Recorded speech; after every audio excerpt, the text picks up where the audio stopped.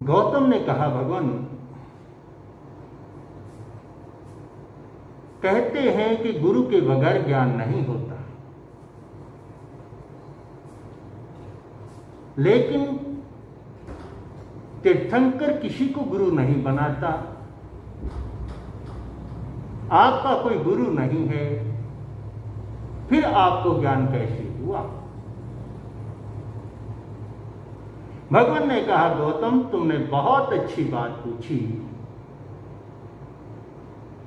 इससे तुम्हें यह भी जानकारी मिलेगी कि गुरु की आवश्यकता क्यों है, या गुरु की आवश्यकता क्या है, गुरु क्यों बनाना चाहिए और किसको बनाना चाहिए। इस सब की जानकारी इसी तेरे एक प्रश्न में आ जाएगी। पहली चीज, यह पूर्णतः सत्य है कि गुरु के बगैर ज्ञान नहीं मिलता।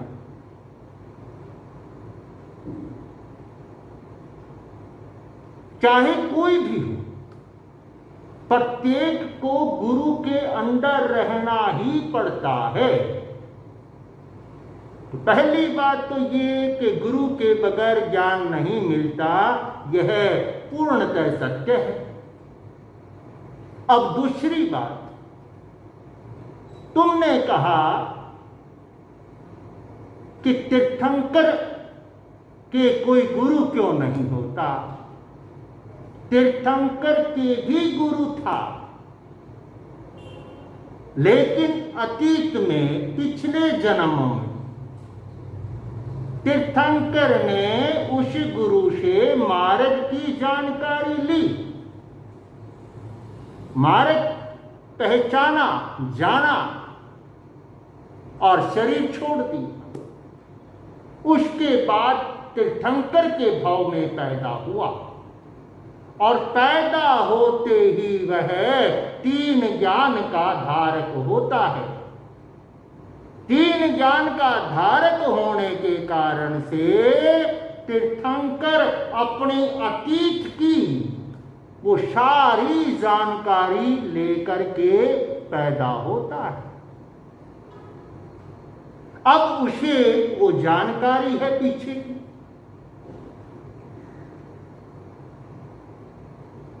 जानकारी है तो फिर गुरु की जरूरत नहीं रही।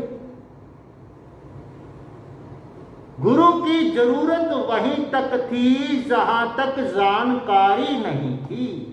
जानकारी हुई तो गुरु की जरूरत भी नहीं रही। इसलिए गौतम, ये ध्यान रखना चाहिए कि हमें गुरु क्यों बनाना है, किसको बनाना है।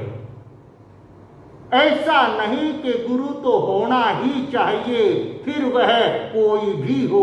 अगर ऐसा होगा तो हमारी आत्मा का कल्याण नहीं हो सकता। हम तो किसी को भी गुरु बना लेते, राह चलते को गुरु बना लेते।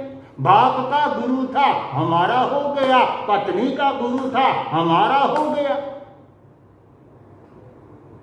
गुरु का चुनाव बहुत सोच समझ कर करना पड़ता है, क्योंकि वहां तुम अपना जीवन न्योछावर कर रहे हो, अपने गुरु के चरणों में अपना जीवन समर्पित कर रहे हो। जीवन दांव पर लगा है। यदि गलत गुरु का चुनाव कर लिया तो याद रखो, बड़े से बड़ा गुंडा भी तुम्हारा कुछ नहीं बिगाड़ सकता। बड़े से बड़ा गुंडा भी ज्यादा से ज्यादा तुम्हारा नुकसान कर सकता है, तो सिर्फ इतना कर सकता है कि तुम्हारा ये शरीर एक जन्म तुम्हारा क्या कर सकता है, खत्म कर सकता, एक भव खराब कर सकता। इससे ज्यादा कोई गुंडा भी तुम्हारा कुछ नहीं बिगाड़ सकता। लेकिन यदि तुमने किसी गलत व्यक्ति को गुरु चुन लिया तो अनंता काल तुम्हारा भटक जाएगा, बिगड़ जाएगा। जन्मों जन्मों तक तुम संसार के अंदर भटकते फिरोगे। इसलिए गुरु का चुनाव बहुत सावधानी पूर्वक करना चाहिए। साधारण सा घड़ा है, पानी का घड़ा, हम उसको लेकर के आते हैं, खरीद कर लाते हैं, 20, 30, 50, 100 रुपया खर्चा होता है। हम उसको भी ठोक ठोक के बजा बजा के देखते हैं कि कहीं इसमें कोई कमी ना हो। क्या दांव पे लगा है, क्या जा रहा है हमारा? 50-100 रुपए ही दांव पे लगे हैं ना।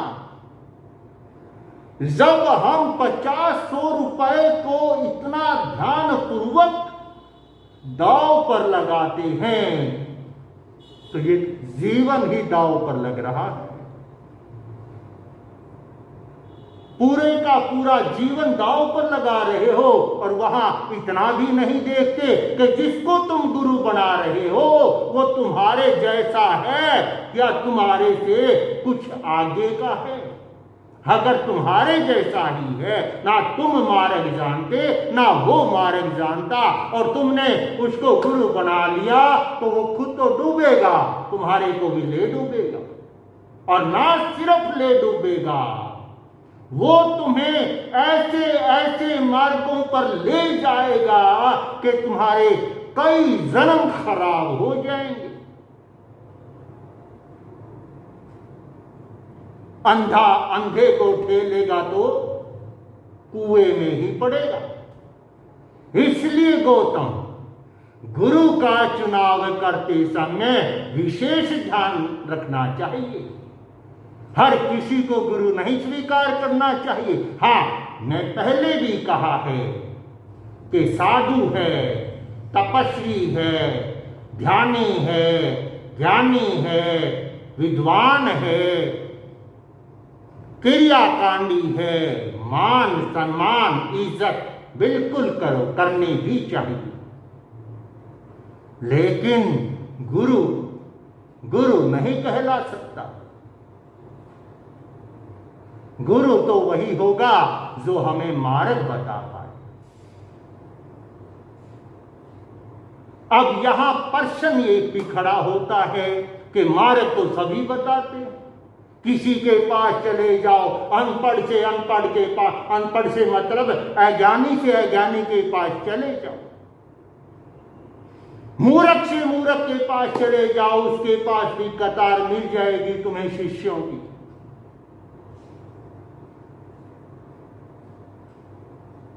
लेकिन गुरु सिर्फ और सिर्फ जो मार्ग को जानता हो वो होगा। गुरु की जरूरत क्या है, क्यों बनाते हैं गुरु? इसीलिए ना कि हम मार्ग नहीं जानते और हमें मार्ग की जानकारी देगा, इसलिए हम गुरु बनाते हैं। तो पूछो कि महाराज आप जानते हो मार्ग, क्या मार्ग है? सबसे एक ही प्रश्न, सबके साथ एक ही प्रश्न रखो कि भगवान जिस सम्यक दर्शन के बगैर धर्म की यात्रा प्रारंभ ही नहीं होती, जिस सम्यक दर्शन के बगैर ना कोई तप कहलाता, ना कोई जप कहलाता, ना कोई साधना कहलाती, उस सम्यक दर्शन को हासिल करने की विधि क्या है?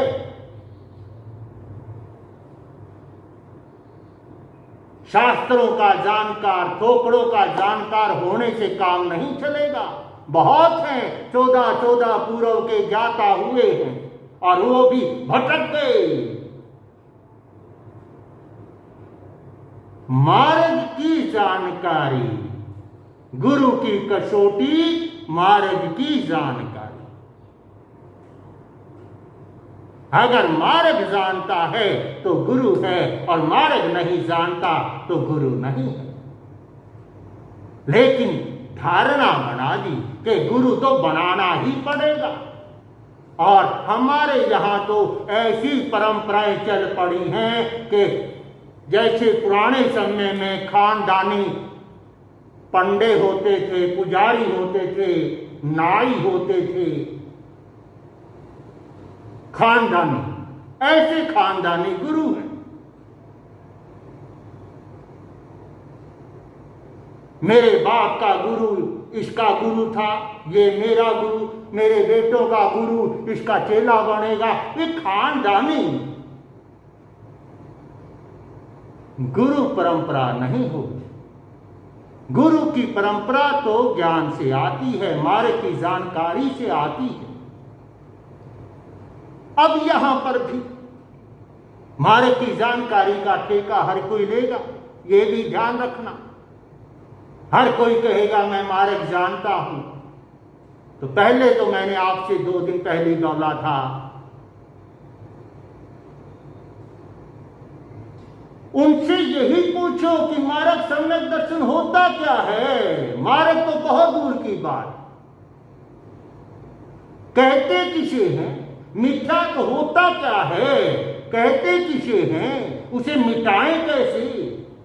अगर तू मेरी मिथ्यात को समाप्त कर सकता है, करने की शक्ति रखता है, तो तू मैं तेरे को गुरु स्वीकार करता हूं, वरना कोई कितना ही। दूसरी बात याद रखना, जो व्यक्ति तुमसे कहता है मेरे को गुरु स्वीकार करो, मेरी गुरु धारणा लो, उस व्यक्ति से तो कोसों दूर भागना। ऐसे व्यक्ति को कभी गुरु स्वीकार नहीं करना। क्यों? क्योंकि अगर वो गुरु के काबिल होता तो उसको कहना ही नहीं पड़ता, लोग अपने आप गुरु चुन लेते। दूसरी पहचान और बता देता हूं, जो लगे कि ये गुरु की स्थितियों में है या गुरु बनने के काबिल है, उसके अंदर घुस जाओ। जितना निकट जाओगे उतना तुम्हें पता चलता चला जाएगा। अगर वो वास्तव में गुरु के काबिल है तो वो तुम्हारी निगाह में गुरु नहीं परमात्मा का रूप धारण कर लेगा। निकट जाने के कारण से, और निकट जाने के कारण से ही अगर वो गुरु के काबिल नहीं है तो 10 दिन में ही उसकी क्या हो जाएगी, पोल पट्टी खुल जाएगी। 10 दिन में ही तुम्हें पता चल जाएगा, अरे इसकी बातें कुछ और थी और जीवन कुछ और है।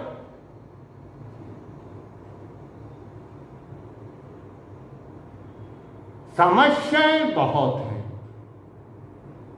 सबसे बड़ी समस्या है व्यक्ति गुरु के पास, साधु संतों के पास मार्ग की जानकारी के लिए, धर्म के लिए जाता ही नहीं। या तो परिचय के कारण जाता है, हाजिरी लगाने जाता है, तारीफ सुनने जाता है, या संसार की कोई न कोई कामना लेकर के जाता है। और ऐसे व्यक्ति को कभी भी सही गुरु मिल ही नहीं सकते। क्यों? क्योंकि उसका चाह क्या है, कामना क्या है, इच्छा क्या है, जैसी उसकी इच्छा होगी उसके हिसाब का ही वो गुरु चुन लेगा।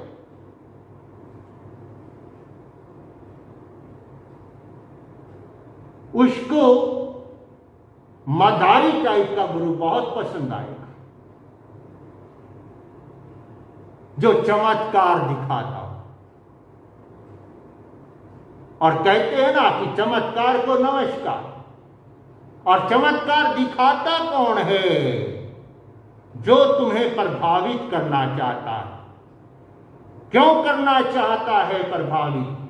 प्रभावित करके मिलेगा क्या? प्रभावित करने से तुम उसके शोषण का कारण बन जाओ, तुम्हारा शोषण कर पाएगा।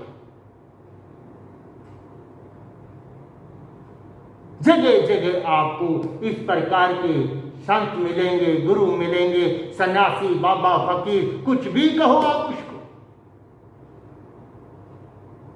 भगवान कहते हैं गौतम, जीवन का सबसे बड़ा चुनाव है गुरु को चुनना। वहां कोई भी भूल अगर हो गई तो हमारा जीवन बर्बाद हो जाएगा, भविष्य भी बर्बाद हो जाएगा। इसलिए गौतम भगवान कहते हैं कि ये तीसरी मूढ़ता है, तीसरी भ्रांति है कि कोई न कोई गुरु तो होना ही चाहिए, बगैर ये जाने कि गुरु क्यों होना चाहिए, किस लिए होना चाहिए, और जिसको हम गुरु बना रहे हैं वो गुरु बनने के काबिल भी है या नहीं है, वो मार्ग का जानकार भी है या नहीं है, ये कुछ भी जाने बगैर अगर हम किसी का गुरु चुनाव करते हैं तो ये गुरु मूढ़ता कहलाती है। एक भ्रांति है कि गुरु का होना जरूरी है, गुरु का होना जरूरी है, लेकिन किस गुरु का, जो मार्ग को जानता, वरना गुरु तुम्हें ऐसा भटकाएगा, ऐसा भटकाएगा कि जन्मों जन्मों तक धर्म का मार्ग, धर्म का रूप धारण ही नहीं कर पाओगे। जरूरी जिस व्यक्ति का स्वयं का मिथ्यात ना मिटा हो, वो तुम्हारा क्या खाक मिथ्यात मिटाएगा। जो खुद ही देवी देवता मंदिर मस्जिद के चक्कर में पड़ा हो, वो तुम्हारे को क्या धर्म का मार्ग बताएगा। इसलिए गौतम सबसे बड़ी बात तुमने पूछी है कि गुरु क्यों होना चाहिए और क्यों नहीं है। गुरु सिर्फ और सिर्फ एक ही कारण से होता है कि मार्ग की जानकारी, मार्ग की जानकारी अगर है तो गुरु की जरूरत खत्म हो जाती है। इसलिए कोई तीर्थंकर किसी को गुरु नहीं बनाता।